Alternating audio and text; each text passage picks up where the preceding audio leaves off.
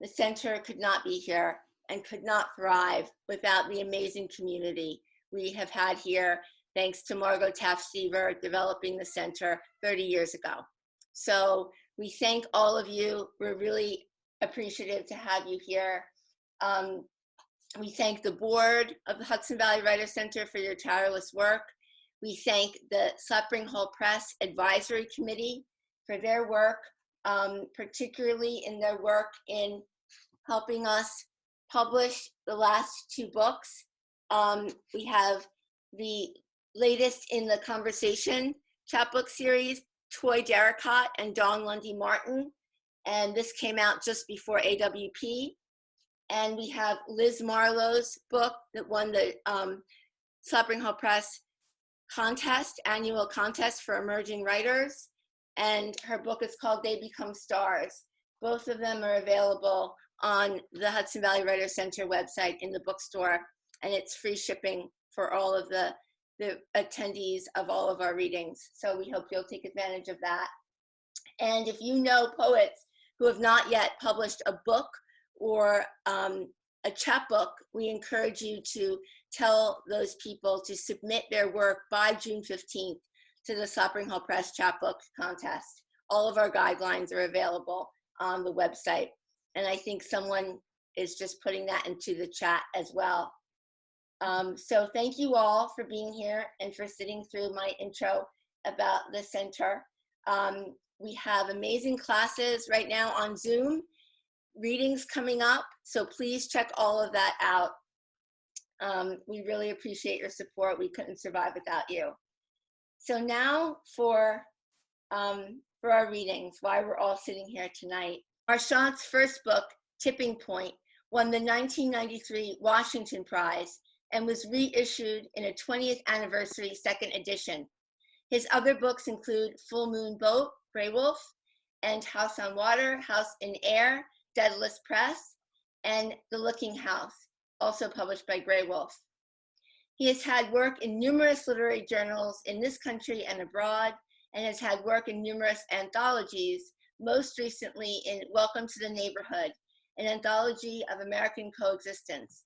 He's also a well-known translator and an editor of Another World Instead, the early poems of William Stafford, also published by Grey Wolf. He's Professor Emeritus at Suffolk University and founding director of the Poetry Center at Suffolk. He's also been a longtime teaching affiliate of the William Joyner Institute for the Study of War and Social Consequences. He also teaches, as you all know, at the Hudson Valley Writers Center, and he is the co-winner with Afa Michael Weaver, who I think is here tonight, of the New England Poetry Club's May Sarton Award, given to poets whose work is, quote, an inspiration to other writers. And anyone who knows Fred Marchant knows that that's the truth. Maxine Hong Kingston writes, "These poems break open the heart so we can weep in compassion for all our lives. Fred Marchant teaches and awakens the soul." The epigraph of his most significant and stunning book of poetry to date, Said Not Said, is by Samuel Beckett. Use your head, can't you? Use your head. You're on earth. There's no cure for that. There may not be a cure for the pain of being on earth, and there are moments throughout the collection where some individuals in the poems may hold the sentiment, all I regret is having been born. These clear, delicate, often harrowing poems are the most compassionate depictions of witnessing mental illness in a beloved family member I have read. His sister experiences a, quote, wholly undeserved existential suffering.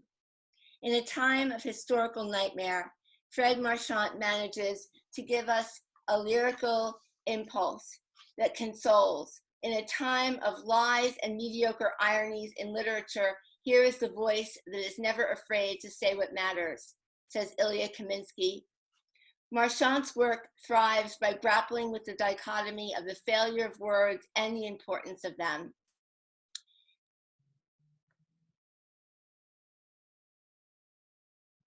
Look at a poem that he has written, In the Name of the Painting.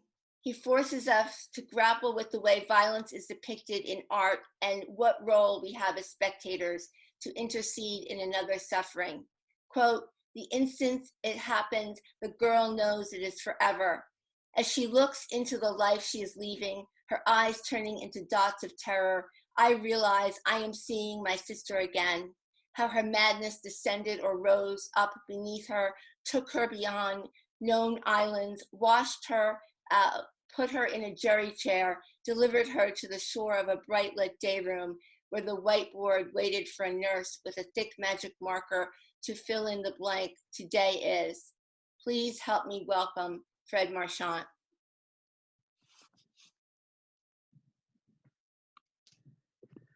I just unmuted myself in order to thank you, Jenny, for that beautiful introduction.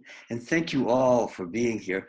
I've got a number of thank yous to do first, so let me take a moment to do that, all right? I want to thank Jennifer Franklin and everyone, Krista and Christina, who organized this. This is really magnificent and such an important endeavor. I also want to give a special bow of thanks to Margot and Don Stever in their vision of the Hudson Valley Writers Center. I'm honored to be a part of this effort to sustain and extend the vital literary work that emanates from the center. I've taught workshops and participated in panels and readings, and I've seen firsthand the invaluable contribution the center makes to the community around it and far beyond. And let us face it, as we must, these are trying times, and we all need to pitch in and help places like the Hudson Valley Writers Center make it through to the other side of the place, the place they call the land of the normal, wherever that is. I'm honored too to read with my friends Martha Collins and Alan Shapiro, and I want to take a personal moment to say congratulations to my lifelong friend Martha on winning Poetry Society of America's William Carlos Williams Award for her profound, deeply moving, and utterly beautiful book, Because What Else Could I Do? As for me tonight, thank you, Jenny, for saying such great words about Said Not Said. I'm going to read mostly new poems. I'm just going to delve back a little bit for a couple of poems in some earlier books that seem, oddly relevant to the moment we're living with. So let me just sip my coffee and thank every single person, now 83 of you, who've joined Hollywood Squares and are here tonight.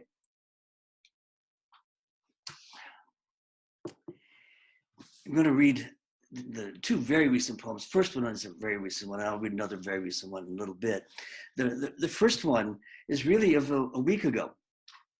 And I say that not to ask you to be gentle with it. I say that because it's so extraordinary how the shape of every day is now in this in the altered consciousness of our time. The poem is titled Solesmes, and it's the name of a place, Solesmes.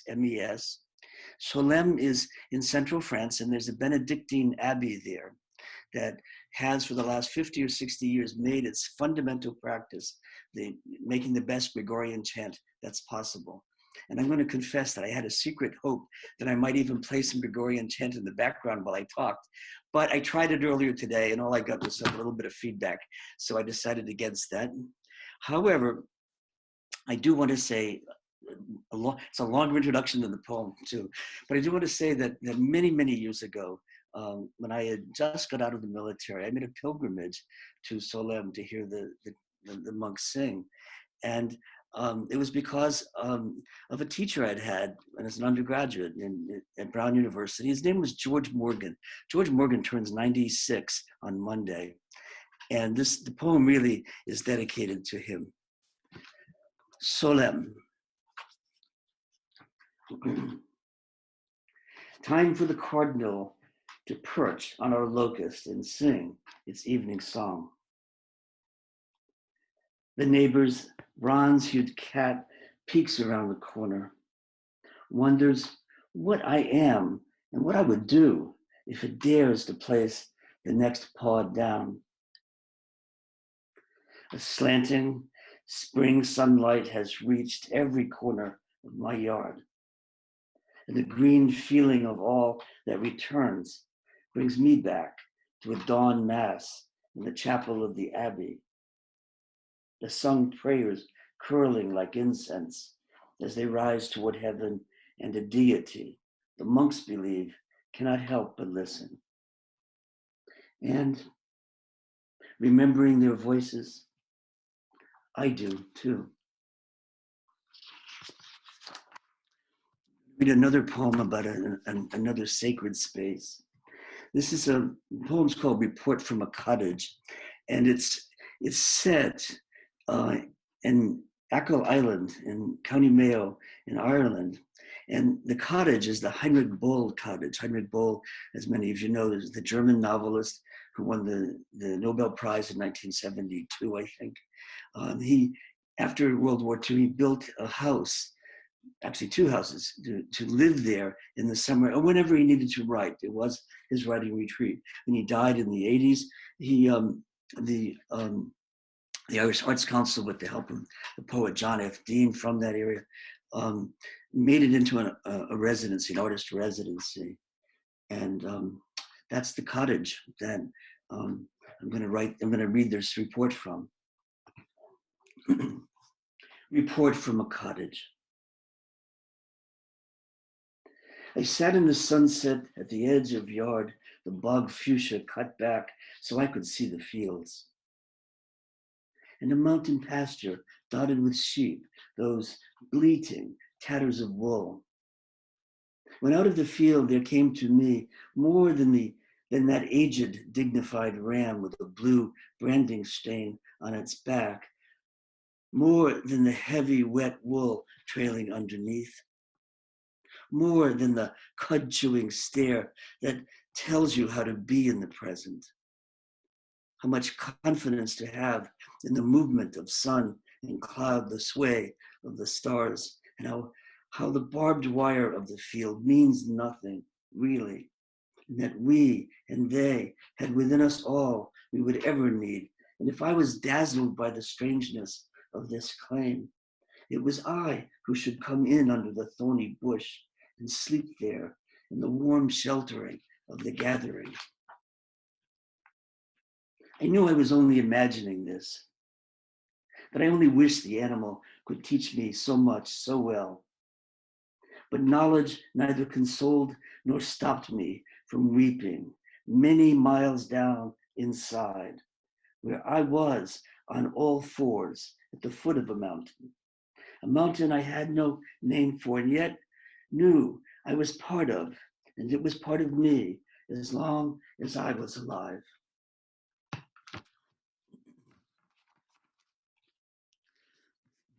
Well, those sheep, it turns out, I started thinking about where have I seen those sheep before in my poems? And I realized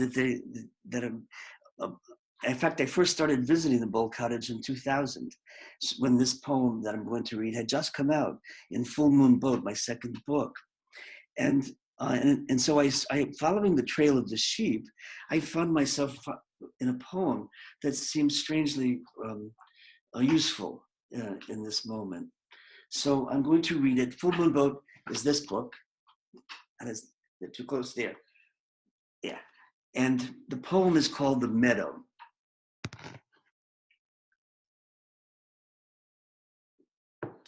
The meadow. A friend spoke as if she thought I understood something of her loss. And I pretended, for reasons I cannot fathom, that I did, and could say what would help her. But that which came out felt more kin to what we spit up after choking. I said, pain like this is a fire curtain we pass through once, and then we never feel quite this way again. What I wanted to do was open myself from sternum to throat, pull out the organ of affection, and learn what it thought it had to teach. In the meadow, I see timbered logs, the radiant centers of each, their knots, their branches at the whorls. I see how they bleed a silvery gum, fragrant with age. There is spring in the meadow, and it breeds shapes which come and hover, round ghostly presences, bleating, sorry, so very sorry. That most innocent and indestructible of forms.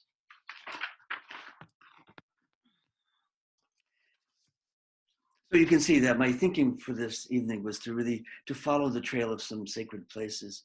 And so the next place really is at Walden Pond. And those of you who've been there have and made the circuit walk around it have no doubt passed the place where Thoreau had his cabin and how there's a large pile of individual pebbles and rocks nearby that platform. And it's what people do, you know, when they go to visit the Thoreau where the cabin was, and there is no cabin, it's just a platform there. They put a rock on the cairn. So this is a cairn by the cabin.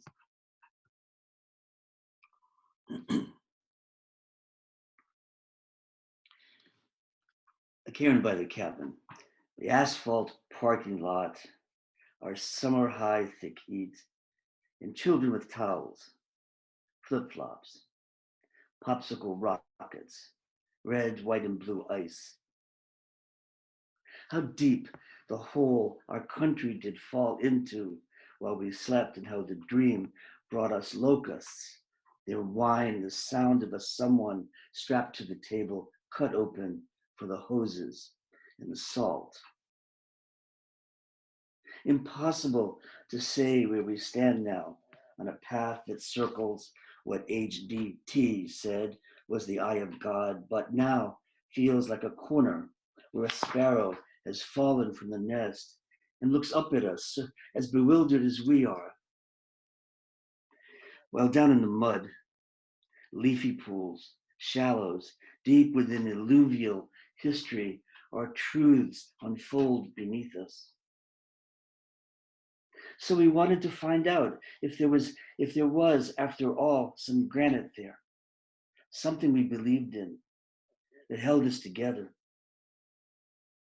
He must have known it was always tentative, ready to fall apart, that we each would have to believe enough to build it over again, and that this is what these stones are here for.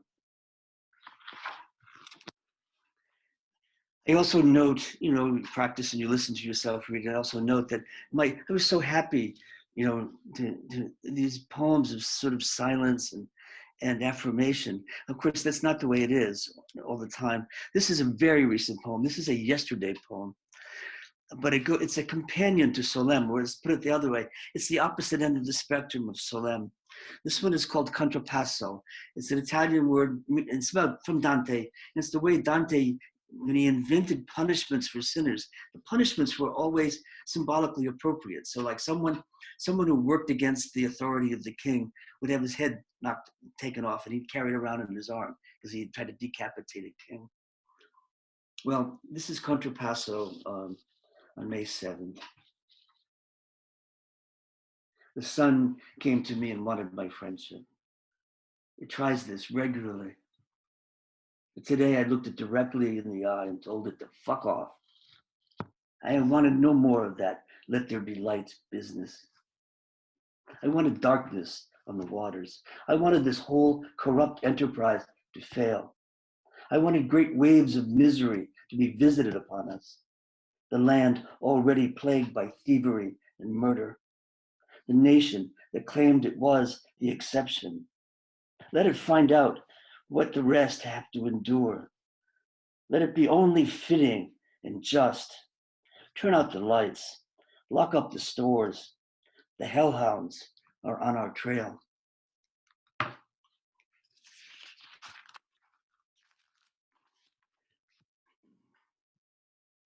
It is funny. I'm actually going to do something just for a little pleasure. I'm putting the gallery up just to say hello to everybody. It's really important to see everybody around. So hi, Patty. This is a poem called Spine Surgery. There's this vein that's running through my work at the moment, that contrapasso is just another representation of it. Spine surgery is a little bit older, a year or so. Spine surgery, nerve root, cord in the tunnel from mind to the far extremities, the flesh tendrils, how they transit and exit with more truth than they can carry. Oh, the neurons, like crowds in the Capitol, buzzing in distress, long dendrites, bristling with pain we never dreamed of in this, our shattered body politic. Here is a knife to cut it open, to grind back the bony facets, pick out the debris with tweezers. And as there is no other way, we'll feel almost happy as we count backwards, going under, and going and under. This poem is how the words died. How the words died without heroism, the guards falling asleep, a blood sky down, a storm of falsehoods blowing in, thick gray vortices, layered walls of unmeaning, long-clawed lightning strikes. The words grew terrified, were clinging to a tree, wind lifted, tossed up, cast into the air to be toyed with. An imperial death watch with many twisting turns until the words just wearied and gave up. How each of them fell one by one. How they named in their differing tongues the quaint villages they had come from.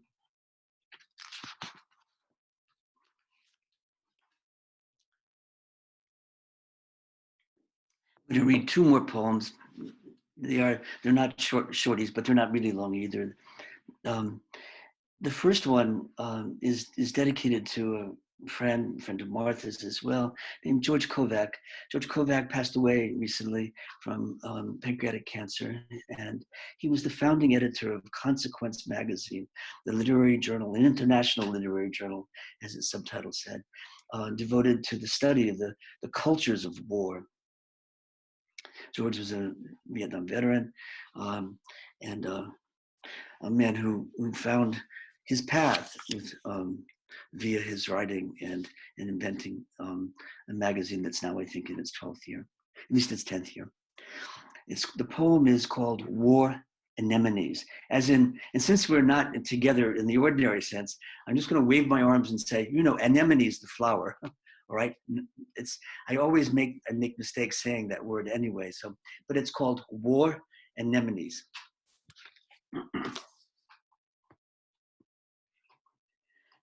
Is there anything within heart sight such as this, whose petals have begun to flare and die, whose name means daughter of the wind, whose spidery roots have outgrown the green plastic pot? It sat all winter with a flower on the edge, full-bodied, blood red to vein blue soft, Flora delicatio,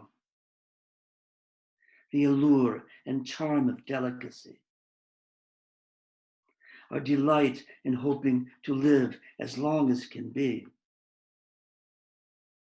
a hope as delicate as what you find in a child without guile, the sort who sweetly disobeys, who romps from the shelter with a smile and into the bombed out street, who comes home covered in chalky blast dust, round face smeared into a mask, under which eyes have widened and will stay that way.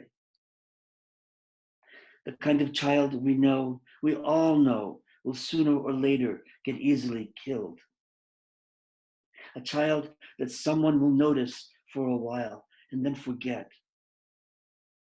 For do we not know in advance the outcome of the story, how easy it is or was or ever will be for a child to die?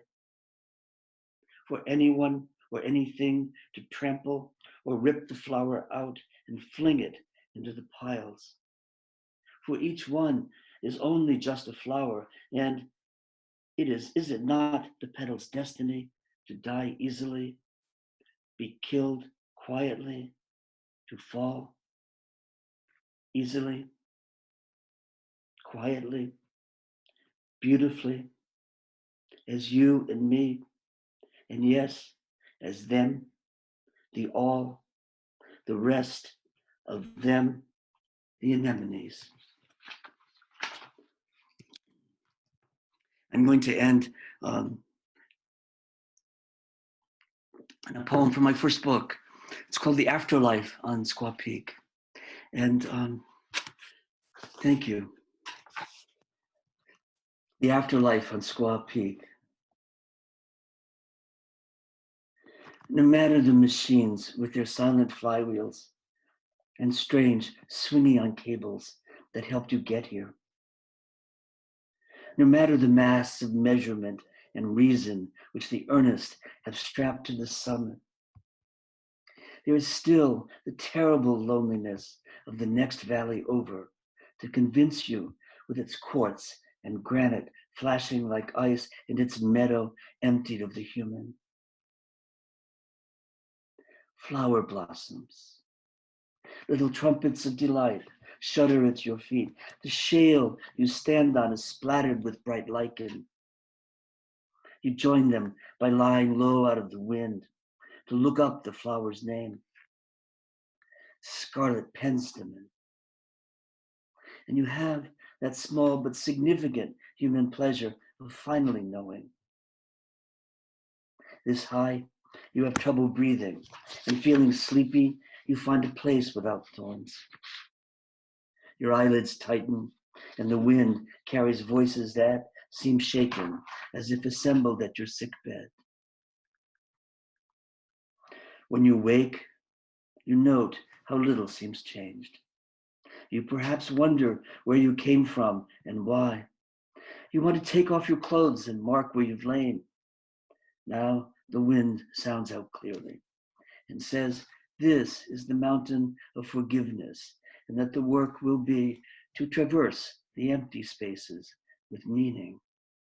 If those you love glimpse you, it will be in the form of a red-tailed fox crossing at dusk into the wood stand.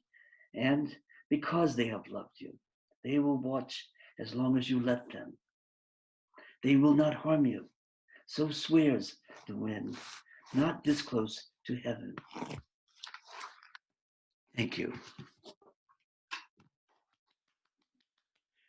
You hear me? I'm clapping. It's great to see all of your hands. I'm going to go back to the speaker view again. Jenny, thank you.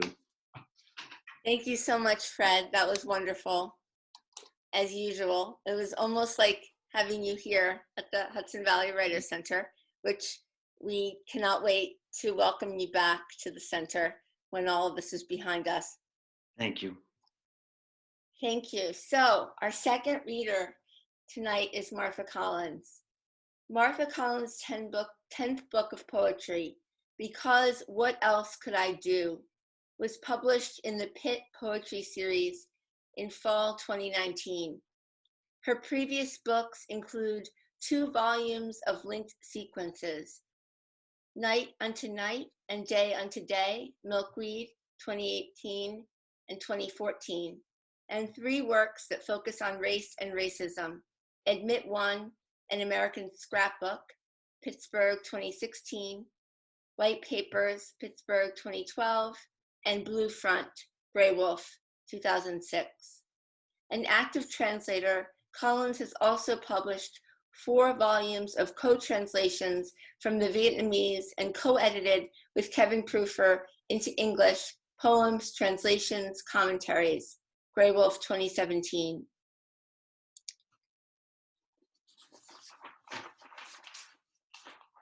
Just yesterday, Martha Collins was awarded the prestigious Poetry Society of America's William Carlos Williams Award for her book, Because What Else Could I Do? The judge, Alice Fulton, says, throughout her distinguished career, Martha Collins has devised the poetics of justice and revelation, Her singular aesthetic reaches its apogee in this sequence that witnesses personal devastation and testifies to the terrifying forces of love and grief. A life-altering tragedy is enacted in a prosody built from silence and fractured language. Radical loss disseminates lines that stumble and stutter in resonant spasms. The story and its emotional backlash levitate from the fissures of a flayed syntax. Collins's husband died 2 months before the last presidential election, a national event that many of us also experienced and are still experiencing as trauma. The poems in this collection grapple with the personal and national mourning. Their very private loss mirrors and gives depth to the public loss of an intelligent and compassionate leader that we had before our current leader. She writes, "I want you to know I'm glad you don't know, but I want you to have been right, that maybe it will not be so bad. Unfortunately, it's even worse, but we are fortunate to have Martha Collins's poetry as solace during this difficult time. Please help me welcome Martha Collins."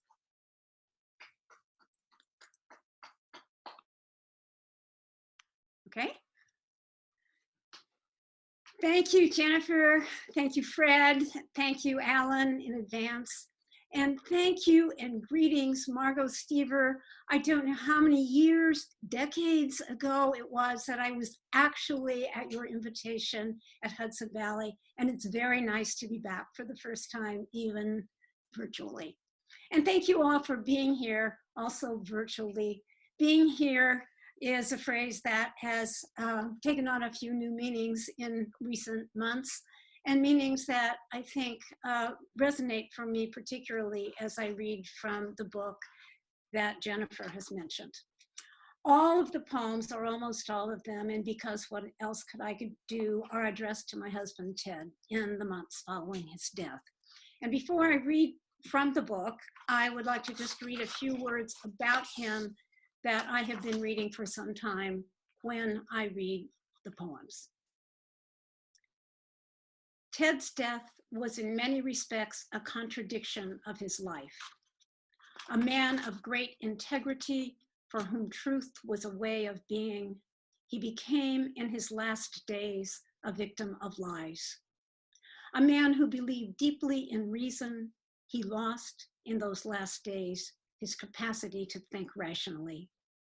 A kind and gentle man, he came to a violent end. The story begins on August 25th, 2016, when Ted sent me an email saying that the IRS was going to arrest him because, he said, of a legal mistake he'd made early in his law practice. It ends 9 days later on September 2nd. I should note that Ted and I had always commuted between his home in Hartford and my home in Cambridge, Massachusetts. And I should also note that the poems are untitled.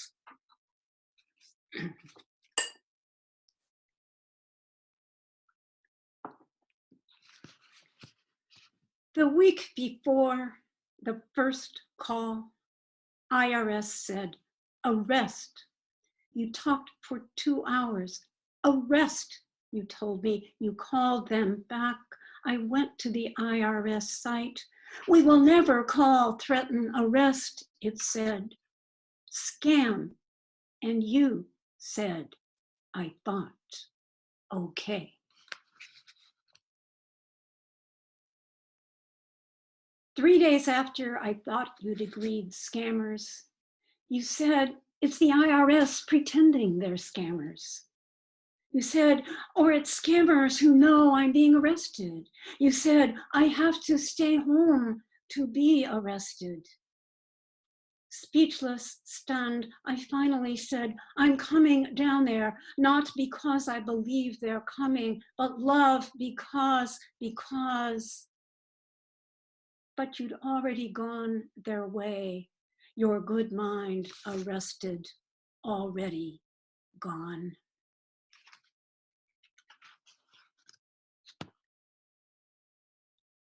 thought they wouldn't call again. And if they didn't call or come, then yes, you'd get some help, you said. Thought every day they didn't call or come was bringing you back to yourself. Oh, love, I thought.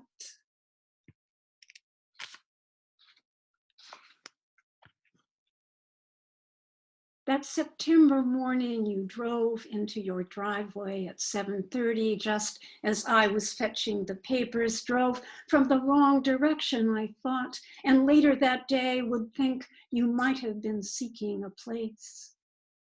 But you really went to the gym that morning at 6:19, the woman said. Such a gentleman, everyone said. You went to the gym each day, taking care of yourself. 1,243 times, the woman told me.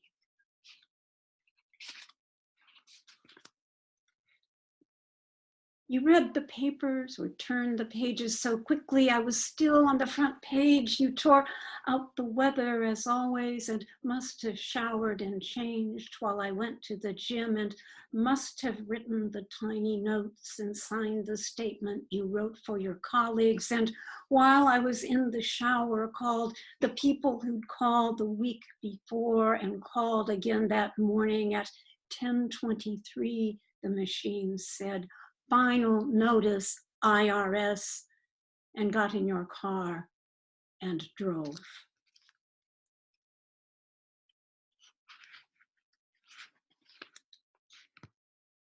And why not the river, the beautiful, the only a mile away you could have, might have, didn't want. Back, I go back and do it over. It's 7:30, I drop the papers and put my arms around you and tell you. Back, I go back. It's the week before I put my arms around you and say, I will never let you go. If those people come to take you away, I will not let you go. I say,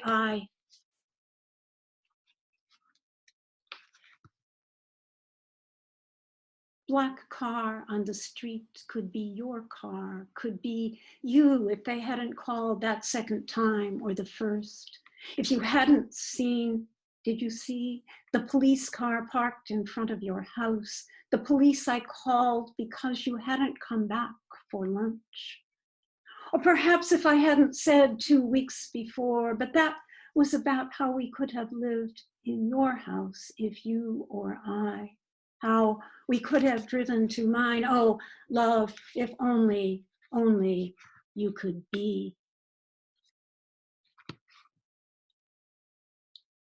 I alone in a restaurant, and what is left of you at home in a plastic box on your dresser where you kept your socks and put your change. And what will I do at home in my own house? What will I do with my one spoon and my wide bed? What will I do without?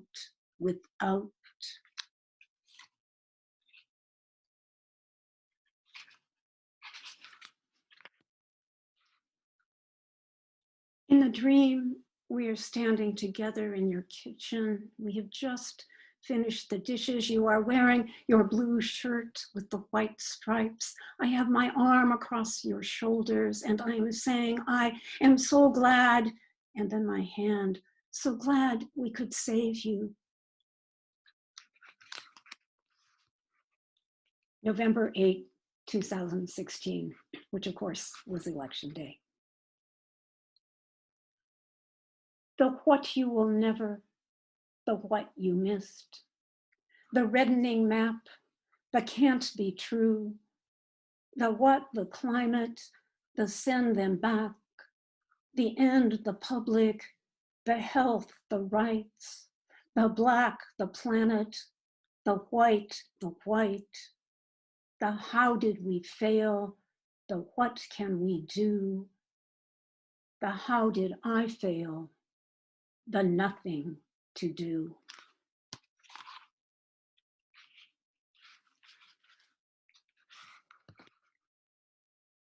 Drove your car home from your car you drove. First time I since you drove last time, you freezing rain. Grief's a lot like fear. Someone wrote, I did not feel safe, and now none of us feels safe, and now none of us feels safe. Is this the end of every hour, end of our sun that day? Fear was your come to take you, put you away. Fear's a lot like grief. If we could stop beside the road and hold your fear, my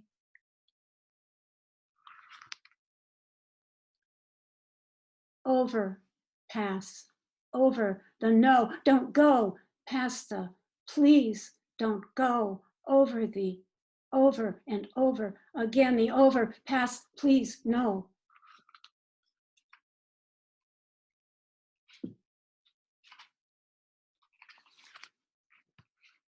Oh, I just saw you over the edge but no, I'm bringing you up in your blue striped shirt, your black jacket in which you carried your wallet, some loose change, the tiny notes you'd written in that less than an hour after the call. One for whoever found you and one for me. These next 4 poems were all written on Cape Cod in December when we went to scatter Ted's ashes in the town of Wellfleet, where we had spent many summers. The winding road, the bare trees. Through bare trees, the gray pond. Beside the pond, the bench where you sat. The empty bench, the still pond. Across the pond, the 2 white chairs. The chairs reflected where I would swim. And when I'd swum almost back in, you'd get in the water and meet me there.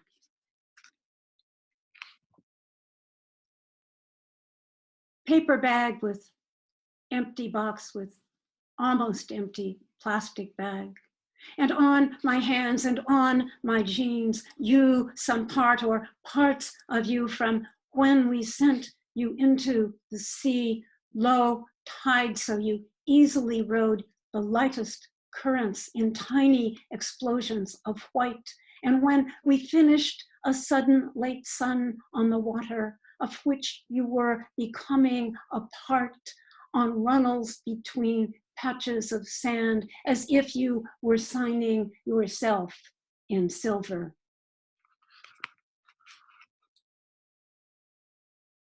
In the dream, we've disagreed.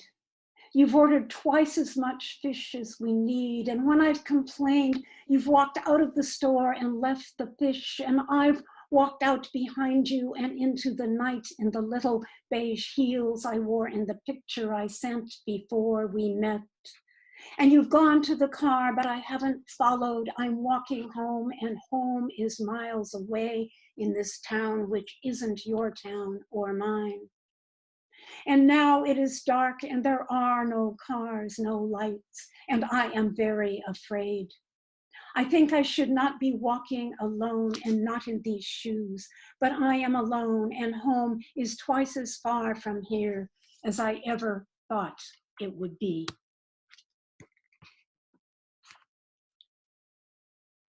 Another beach, the last one we walked together, hand in hand in the August sun.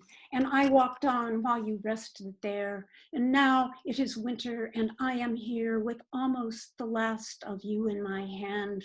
A tiny part of some parts of you, your hand, your blue eye, shoulder, mouth.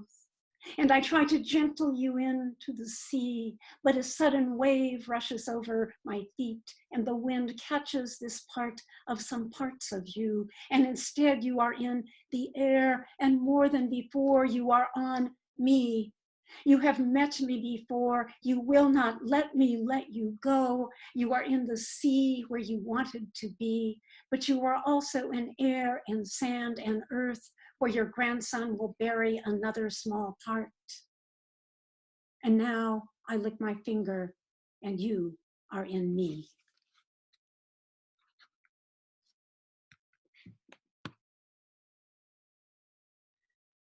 And with you went my summer sun, a friend or two, and who was there. And with you went the weeks to come, the months so far, my one. My body too, the one I knew as one of two, though you forgot to take desire, which now is wrapped in grief's long arms. And with you went the one I was, that was within, without, with you, mostly brave and largely true, the one I find some moments in some darkened place of joy, then lose. It's gone, your black car, whose trunk would open itself for my suitcase, whose seats would warm us, who came, you came to me on weekends for 13 years and went to the Cape each summer, went for 163,000 miles, went to the store, the office, the gym. To the gym that morning before the second call, and home to the call, and an hour later went out and went through half a tank of gas. How many miles is that? And then, and maybe this is why I left the tank half full, you parked and turned the key for the last time.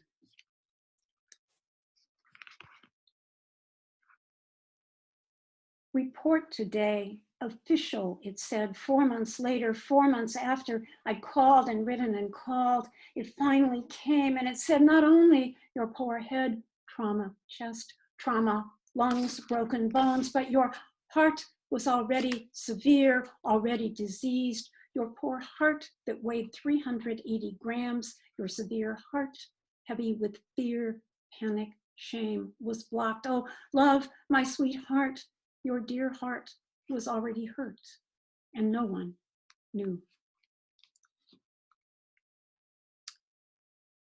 I had waited for the report, and when at last the report came, I asked, and she said, since your heart, your brain could also, but also said I should ask another. And so I asked, and he said, organic. And I said, are you sure? And he said, such sudden change is always. Oh, love, he was sure. So suddenly muddled your brain, your wounded brain.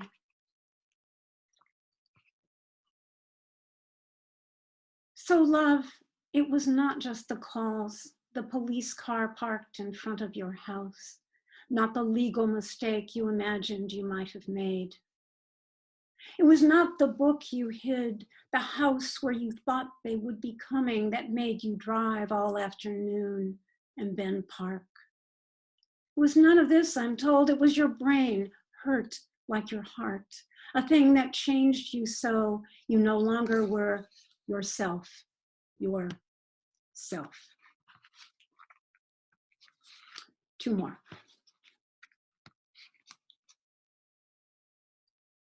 1 month lived that morning over and over that awful afternoon, and 2 months wept and wailed, I'm sorry, sorry, why, screamed why in my car, and 3 months then that news, that face in our faces, how, but always you, and 4 months, what could I, wrote my heart out, wrote your ashes into the sea, and 5 months finally swallowed the fact, and then the new fact, organic, your brain, and 6 months wrapped myself in knowing, and now it has been 6 months to the day since you drove into your driveway.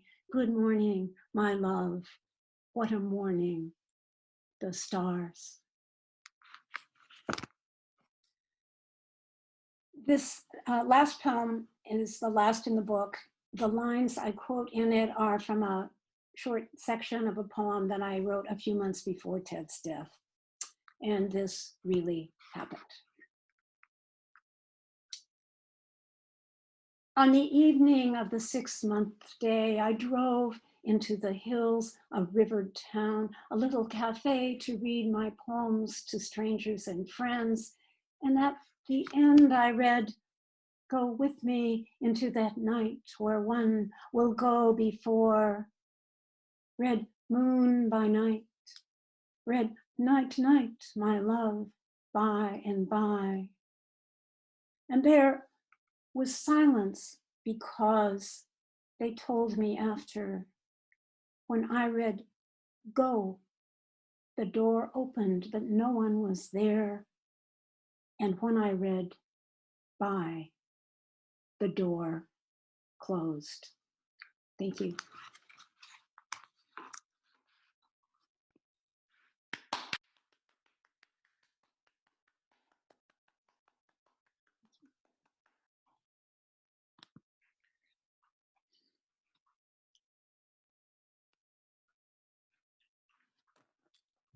Thank you so much, Martha. That was amazing. That was really powerful.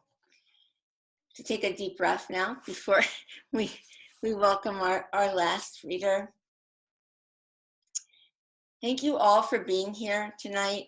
It's really a beautiful moment, especially during this difficult time, to share these readings with all of you. Alan Shapiro has published over 10 poetry collections, including Life Pig, University of Chicago Press, 2016, Reel to Reel, University of Chicago Press, 2014, Night of the Republic, Houghton Mifflin, 2012, a finalist for the 2013 Griffin Poetry Prize and National Book Award, an Old War, winner of the Ambassador Book Award. Shapiro's poetry is steeped in the drama and loss of domestic life, traversing the line between the public and private spheres.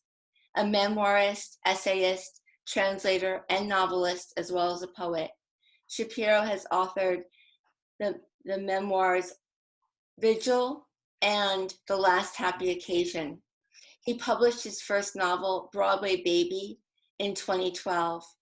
He has received the Kingsley Tufts Award, a Los Angeles Times Book Award in Poetry, a Reader's Digest Award, 2 awards from the NEA, a Guggenheim Fellowship, the O.B. Hardison Jr. Poetry Prize, and the Sarah Teasdale Award from Wellesley College. He's also received an award in literature from the American Academy of Arts and Letters. Since 1995, he has taught at the University of North Carolina, where he currently serves as the William R. Kennan Jr. Distinguished Professor of English and Creative Writing, where he doesn't have to Zoom with his students. He can individually write to them back and forth on email. In one of my favorite poems, Sleep, Shapiro not only perfectly describes what it feels like to get a horrible diagnosis from a doctor, but also what it feels like to lose control of our lives, which is perfectly apt for this time that we're all living in. From Sleep, when he described it, the tumor in the brain and what it meant, see, we were children, then we weren't, or my brother wasn't. He was driving now. He gripped the steering wheel with both hands and stared hard at the panicked wipers. What did you feel? Just sleep, the slick road, the car going way too fast, no brother beside me in the back seat, no singing father, no mother, no ring of Saturn to catch as it floats. In a recent interview with the Katona Poetry Series, Shapiro said, writing poetry is partly and mainly, essentially, a collaborative enterprise. Nobody writes anything without the help of someone else. That can be a friend, a fellow poet, or another poem you love and want to emulate, or at the very least, be in conversation with. More generally, poems exist not just to be read in the isolation of one's study, but to be talked about, to generate communal bonds and insight. Shapiro's deep belief in the communal bonds of poetry is particularly important during our quarantine, and we really thank Alan Shapiro for being here tonight. Please help me welcome Alan Shapiro. Thank you, Jennifer. And thank you all for being here. And thank you, Fred and Martha, for that stunning reading, both of you. First poem I'm going to read is actually about what we're doing right now.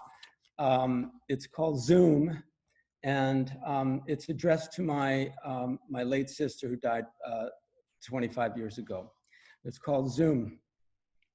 In the hospice where you died, a lot of money was spent to make the place conform to someone's algorithm of a home.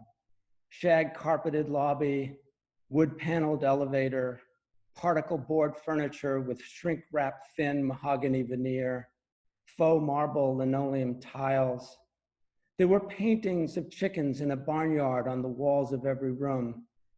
The homier they made it, the more clinical it felt.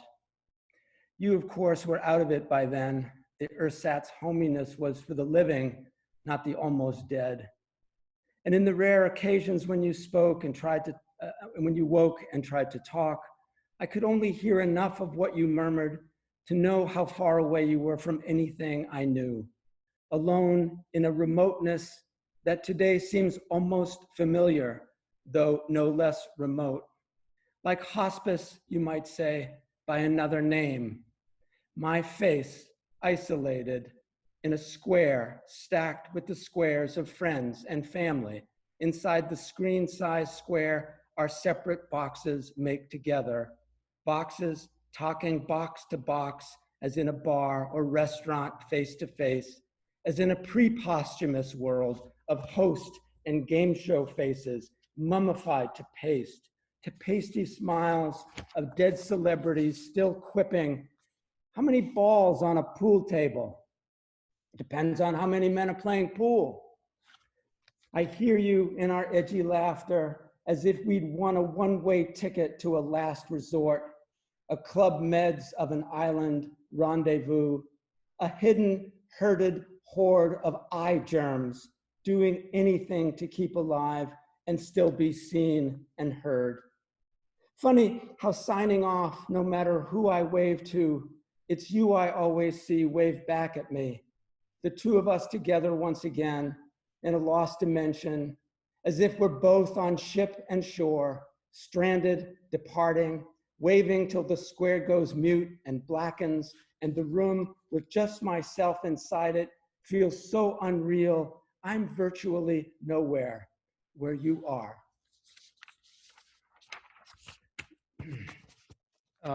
This next one is called Divorce Party Bonfire.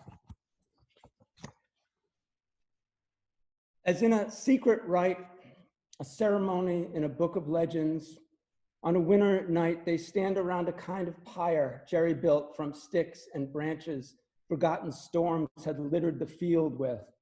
Logs doused in lighter fluid, cartons of dumped out depositions, snapshots, memorabilia, flammable knickknacks, talismans no longer magical, cards, effigies, early handwritten love notes mixed with later printed texts and emails kept as evidence of fact, of counterfact, conditional appeasements giving way to bullet point conditions, non-negotiable demands, bundles of pads of legal-sized paper on which from page to page, as in a time-lapse game of solitaire, the con columns keep getting longer while the prose shrink.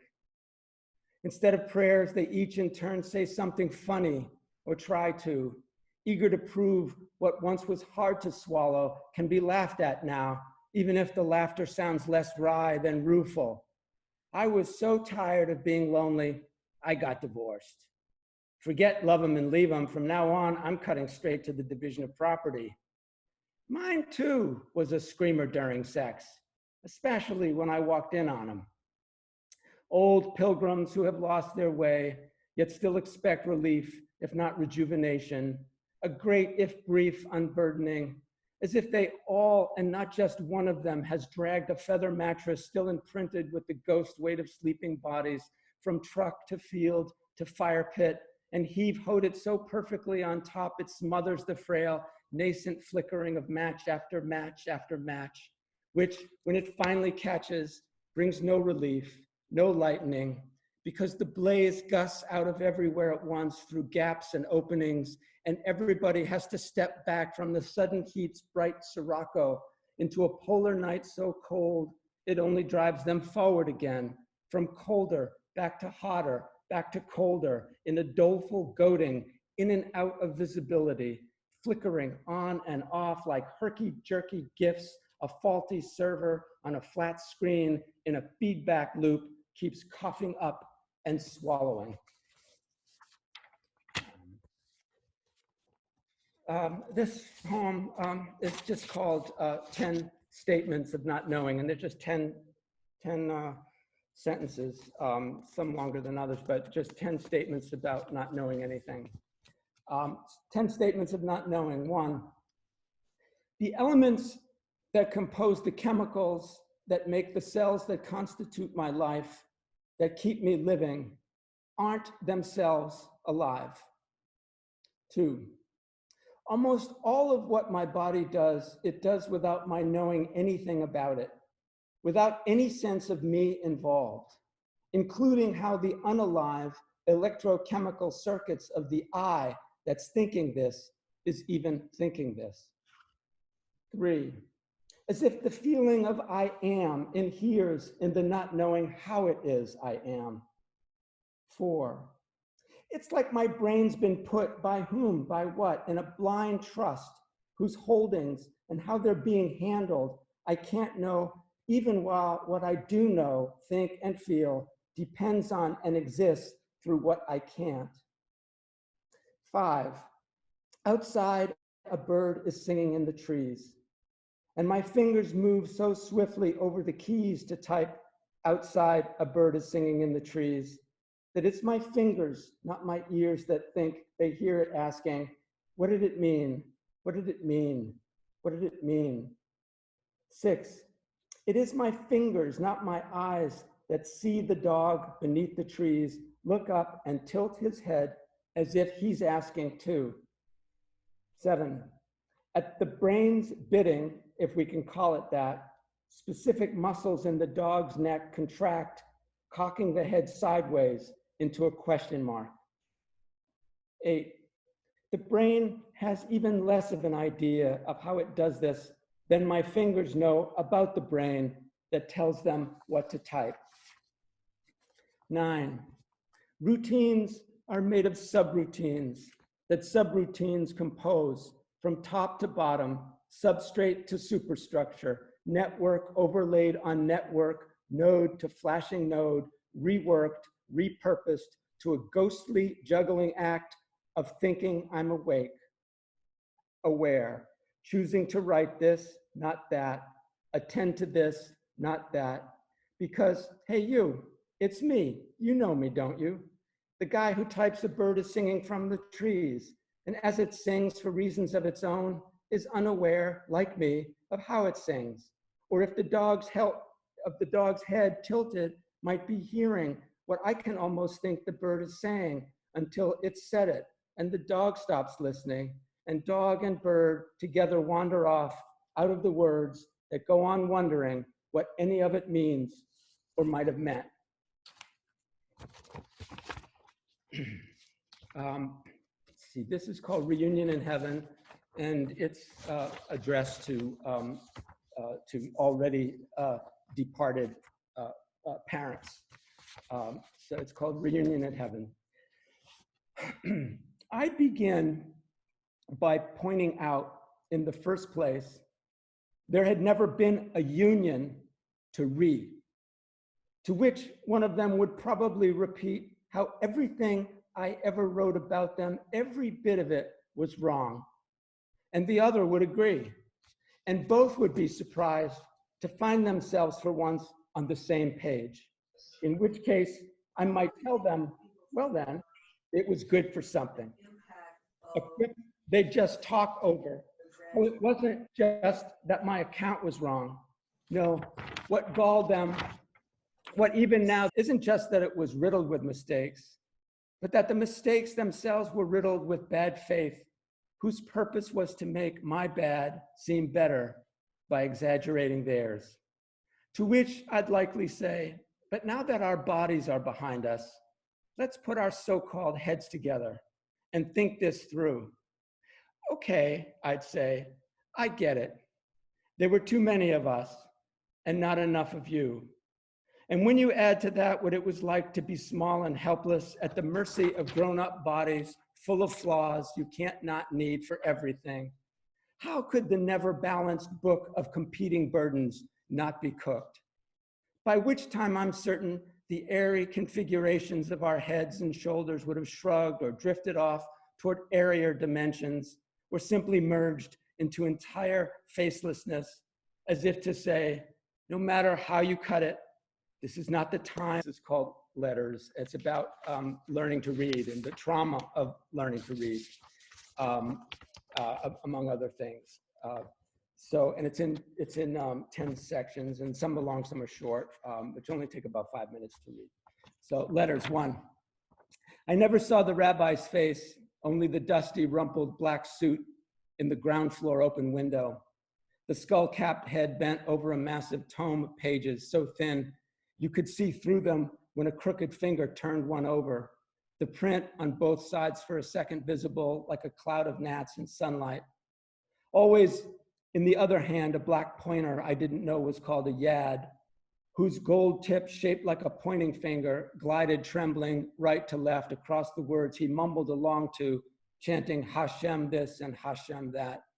Morning and evening, I saw him there bent over reading, chained by his own hand to the yad that pulled the hand across and down page after page, until to my unimportant, unnoticeable comings and goings, who knows where or for what, too small to matter, never expected to matter. I must have thought he prayed to Hashem to release him from the ball and chain of reading, from every half-side Hashem that told me he was sorry. He was truly sorry for whatever bad thing he had done. 2, then one day I was made to stand before the letters that spelled my name on the kindergarten wall, next to the names of kids standing in front of theirs. The letters were the sound of who I was when nobody was saying it. They would say it even if no one listened. Even when I was gone, it was like looking at a mirror that reflected myself back at me from some entirely unknown dimension. It was stranger than the mirror my parents' bed backed up against, than seeing not just my body, but what was behind and to either side of it, reversed and multiplied. The television on a low shelf to my right, now to my left inside the mirror, where another smaller version of me stood inside another version of the room, looking out from what was looking in. My name, what made me me, became a jigsaw puzzle made of sound pieces you had to fit sight pieces to, but no sooner had you fitted this piece to that than they themselves would break apart into smaller pieces and still smaller, till there was no way to know if they were adding up to or subtracting from the big picture I was there to make out of the letters of my name. 3, suddenly there were compacts, expectations, understandings I could not undo. I knew the sound of all the English letters, but not all the shapes.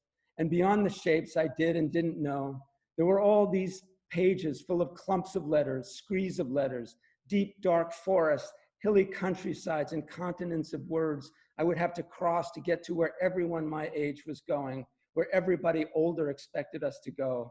Suddenly, it would be shameful not to.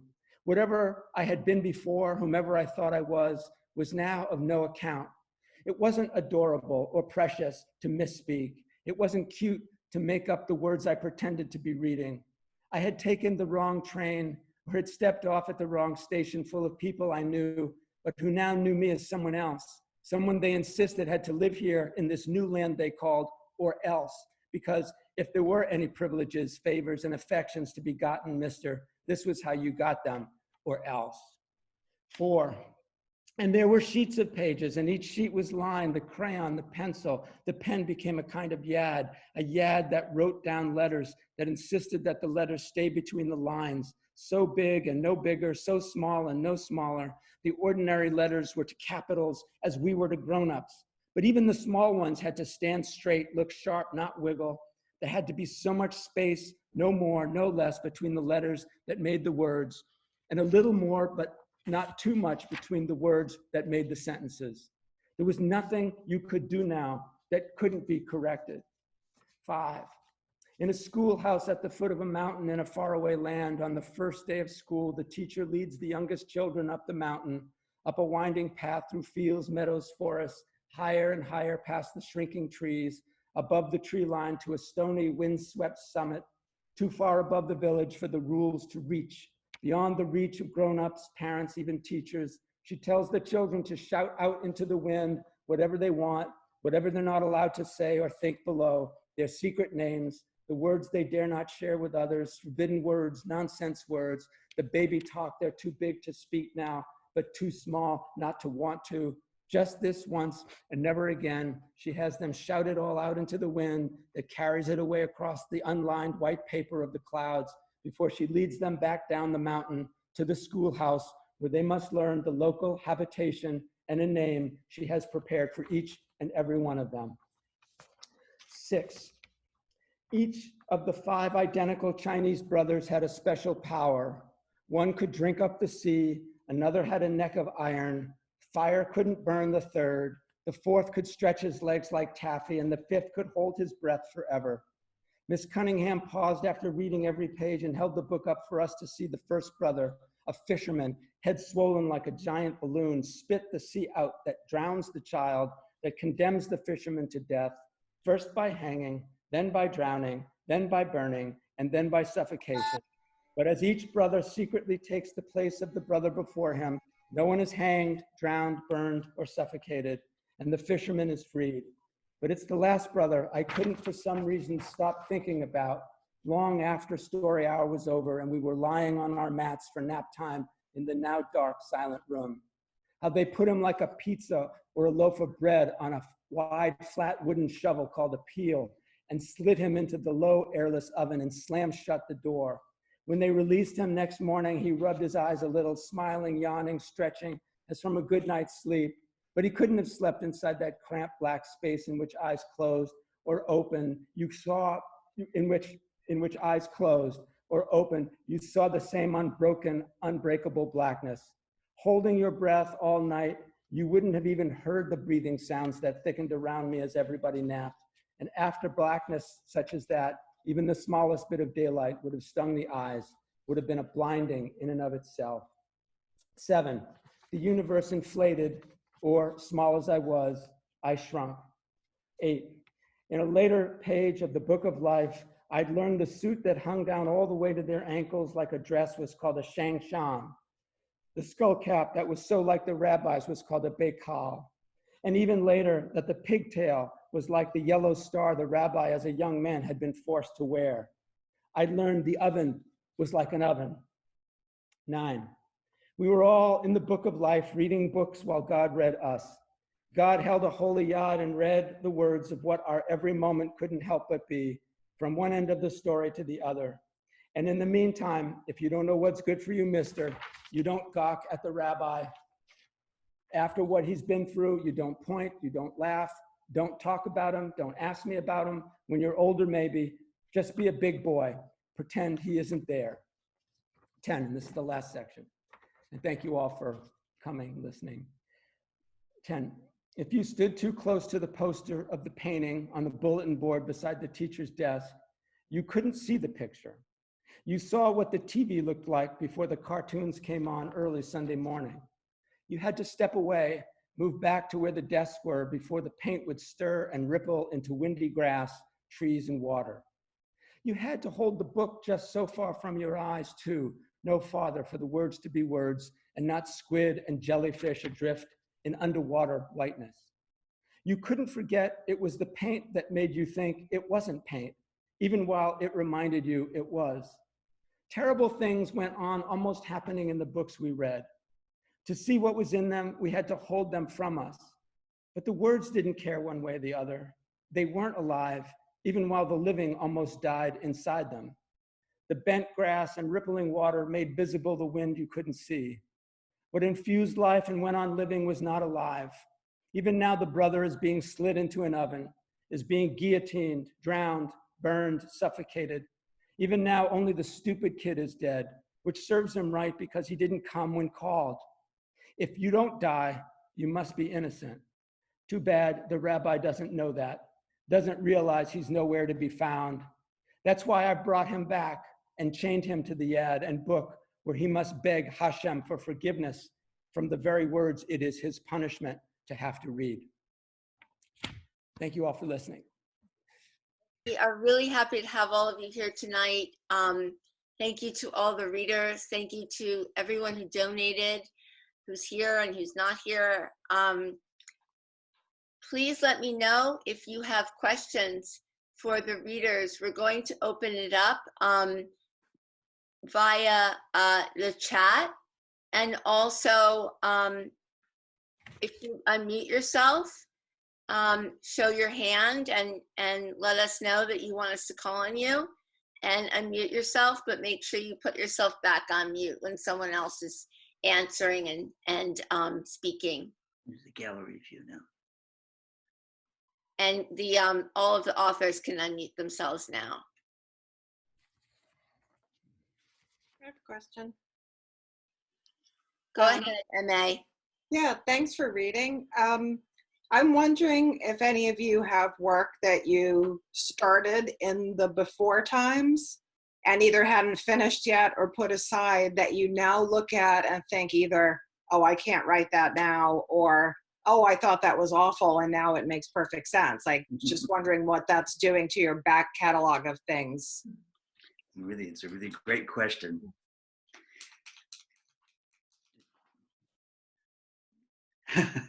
I'll start, because actually there was something really interesting along those lines that I've been taking the measure of a lot of old notes and failed poems, and all of a sudden they were looking more interesting.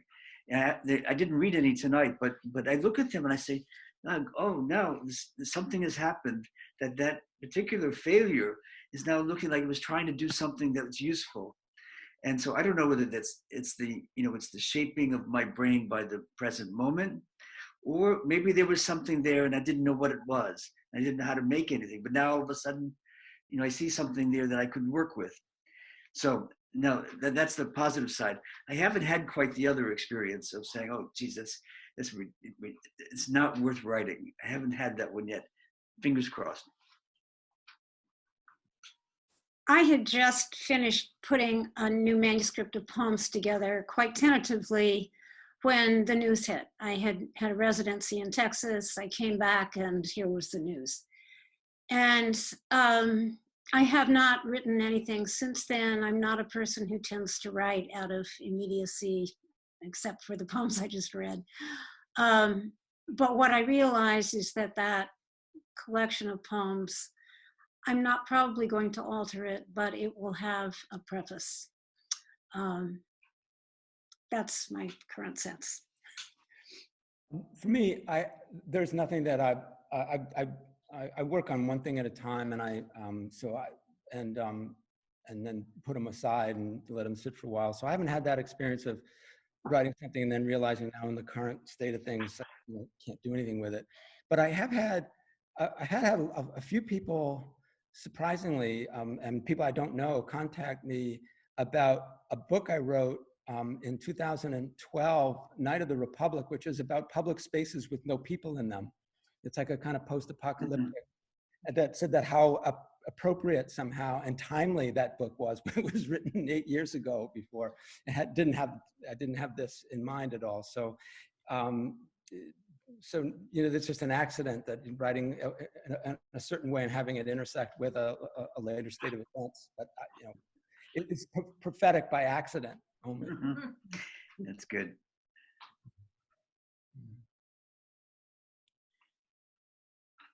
Other questions for our poets?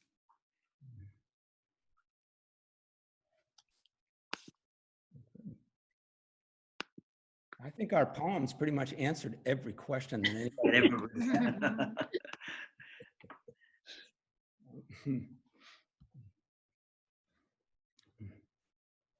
I feel like the Hollywood Stars Gallery is really something. It's wonderful to see you all. Taking a moment to just sort of run through all 4 pages of folks.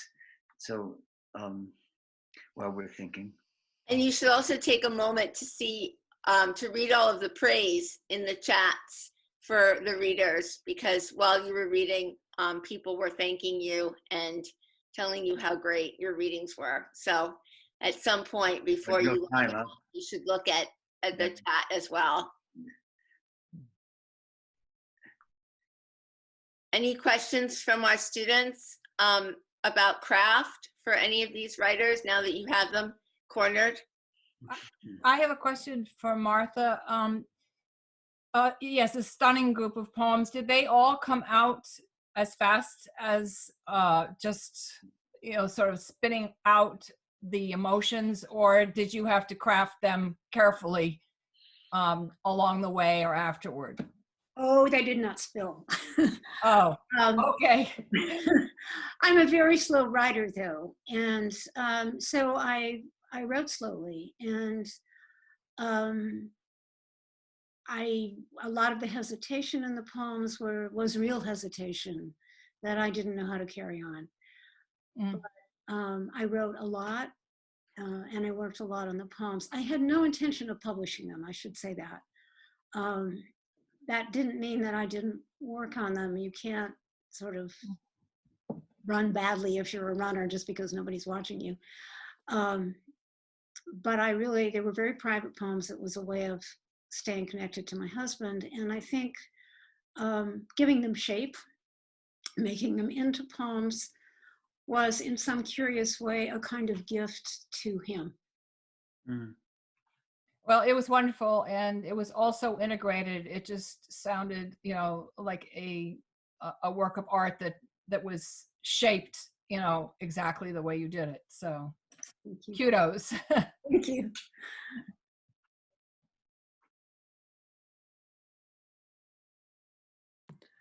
I have a question about more the business of writing poetry today. No, Paula. No. Yeah, hi, Fred. That was a great reading. Thank you, everyone. So how do you think the whole new world order here is going to affect the publishing industry? Is it going to be good for all of you, or, more people reading, or is it a problem in some other way I'm not aware of? Well, I can sort of answer that by just giving you the poems I read tonight are all from a new book of mine that I've just finished, and the title which answers your question. It's called "Proceed to Checkout."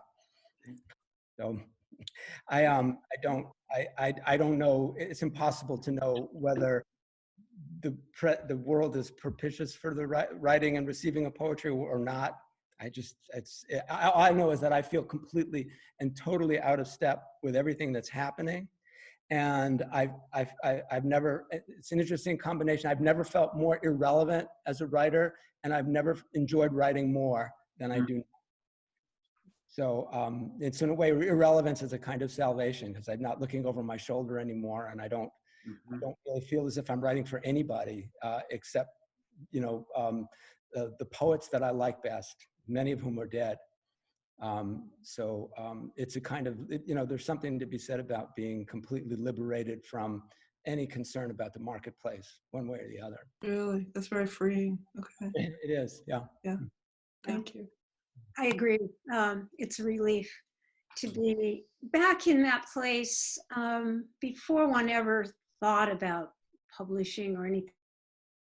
When poetry was a magical and necessary thing that one had discovered that one could not live without. And I feel an immense relief. I don't imagine that would continue for years and years. But another thing I would say is that people seem to be really appreciating gathering in this kind of way. And I think that things probably will be different. Who knows if the books that we're writing will actually appear on pages between covers, but maybe they will appear on the kinds of screens that we're looking at now, and maybe we can hear each other better over the miles than we've been able to do. It's impossible to imagine, but I can't imagine that it's the death of poetry at all. No. I think also I'd like to say that Alan's 10 things that you don't know. This is clearly another thing that we don't really know. That we read this. The thing that struck me so quickly was how my mind was whipsawing between sheer delight at the quiet on my street and you know the misery of those who are sick and dying, and that whiplash, that particular thing. I don't know what to make of it as a writer. I just don't know anything. That's what I want to say, but I know that I'm having that, and then I think, oh, how does that play out in the public sphere? You know, well, my first impulse was to say, oh, it's great to go to ground. You know, go into the borough, and write and not worry. And then another part of me says, well, wait a minute, you know, why do you do that? I don't know. And I was thinking a little bit about this very day that you know, that sooner or later it has to be read by somebody else, you know, whatever it is. Sooner or later, I'm always been more fond of the later than sooner, but still, I was reminded again today, okay, we're doing this. This is important that we're doing with this reading tonight, you know. Well, you know, I don't do anything because it's important. I just do it because I can't not do it. No. And I'd like to think that if I were in my 20s now, I would be a writer. But man, if I were thinking rationally about it, there's no way that I would even attempt to make my way in the world writing poetry at all. I just wouldn't, not for a straight white guy. Forget it. So I don't know what I would do, but that's neither good nor bad. It's just life. It's just it's change in culture, and it's always changing, and it always will. And technology influences it in ways that we're too far inside to imagine, and probably won't know until after we're through this period of change into some other thing. But it's hard to know. You know, in the meantime, you just keep doing what you're doing, because as Martha was saying, you know, so what Elizabeth Bishop talked about in that letter to Anne Stevenson, you know, you write for that self-forgetful, perfectly useless concentration. That's your reward for doing the work. It's in the doing of the work, not anything that comes from the work, not any outcome. Not for me, anyway. Yeah. Good gallery. I also want to thank all of the writers who are here tonight who have read for our reading series. We have Donna Massini and Rachel Haddis and Danny Lawless. Lots of you here. A lot of our SHP authors are here. Lynn McGee, Susanna Case, Margot Seaver. I want to thank all of you for being here. It means a lot to us that you're back supporting the reading series that has invited you. And the center wouldn't be here without people like you donating your time and your resources and your art. So we really are appreciative of all of you.